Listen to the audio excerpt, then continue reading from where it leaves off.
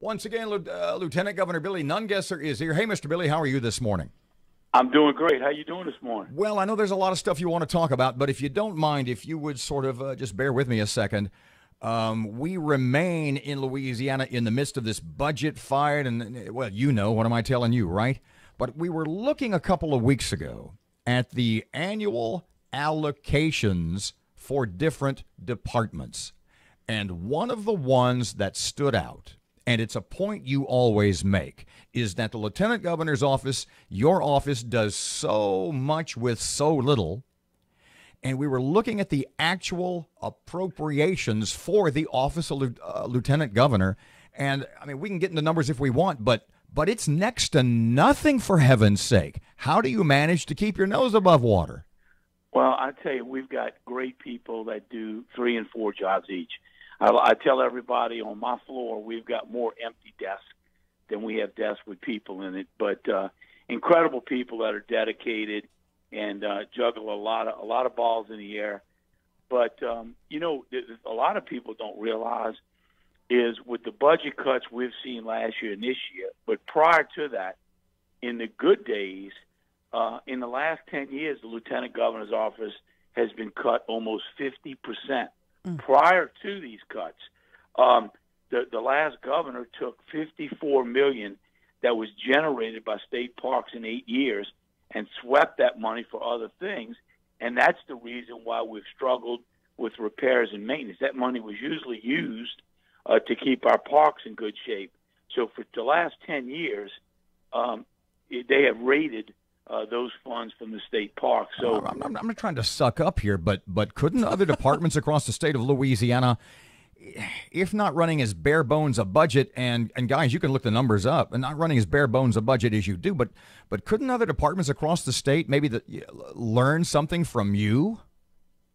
Well, you know, I've come from private business, and my goal with our new foundation. In a few years, we'll be on the radio talking about all the money the state parks are making, and I believe we can see a day where the state parks cost the taxpayers of Louisiana nothing. We're looking at that do these private-public partnerships. We're looking at building a resort conference center on the lake, 500 acres we own next to Fontainebleau State Park. One resort in West Virginia on their state park grounds brought in $50 million. So we're going to do things like that. I can't do anything about the other departments, but we're going to think outside the box. A company in Alabama puts zip lines in the state parks. They pay the state park system $500,000 a year. We're going to be looking at things like that to generate money. As a matter of fact, just by reorganizing our staff, 3 state parks made money a few months ago for the first time ever. We have state parks that are making more money than they're spending. So we're well on our way, even in tough budget times, to running the department more like a business and making sure we're doing everything we can to save money. Billy, you've got some new tourism numbers that this is what makes me smile and makes me happy. 6th straight year of increased visitation and spending by tourists. So if we keep this up, that's going to fix our budget all by itself, right? I tell you, you know, as I look at other states and what they do to lure tourists and what can we do differently, I absolutely believe that tourism, because of our people and the way we treat visitors, that's our greatest asset. When people come here, they leave with a warm and fuzzy feeling. We've got great food and culture and beautiful fishing, but what we got that no one else has is we tell people good morning, good evening. We invite them to our backyard for a crawfish boil. That doesn't happen anywhere else in the world visitors go. And so you're absolutely right. I think tourism, even with the money we spend compared to other states, our numbers continue to go up, and it's because of the way we treat people. Let me ask you this, Billy, and this is kind of an elephant in the room when we talk about tourism, that Louisiana is New Orleans and the rest of us. What advice would you give to Shreveport-Bossier leaders in terms of, we know lots of folks are going to New Orleans, let's figure out how to get them to stop here while they're en route? Well, first thing we got to do is pay attention to all areas of the state. You know, I've been last year over 350 speaking engagements to every group around this state. to learn what's important to those areas. We've got the Miss USA pageant going to Shreveport. I met with a group yesterday about a film fest up there. You just got to engage every part of the state and make sure it's as important.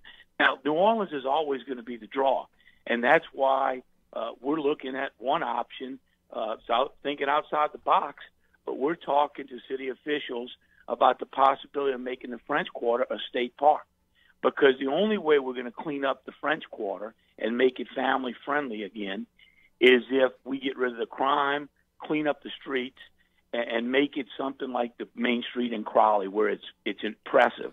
Every year we hold our breath, hoping crime doesn't get worse, because so goes New Orleans, so goes the rest of the state.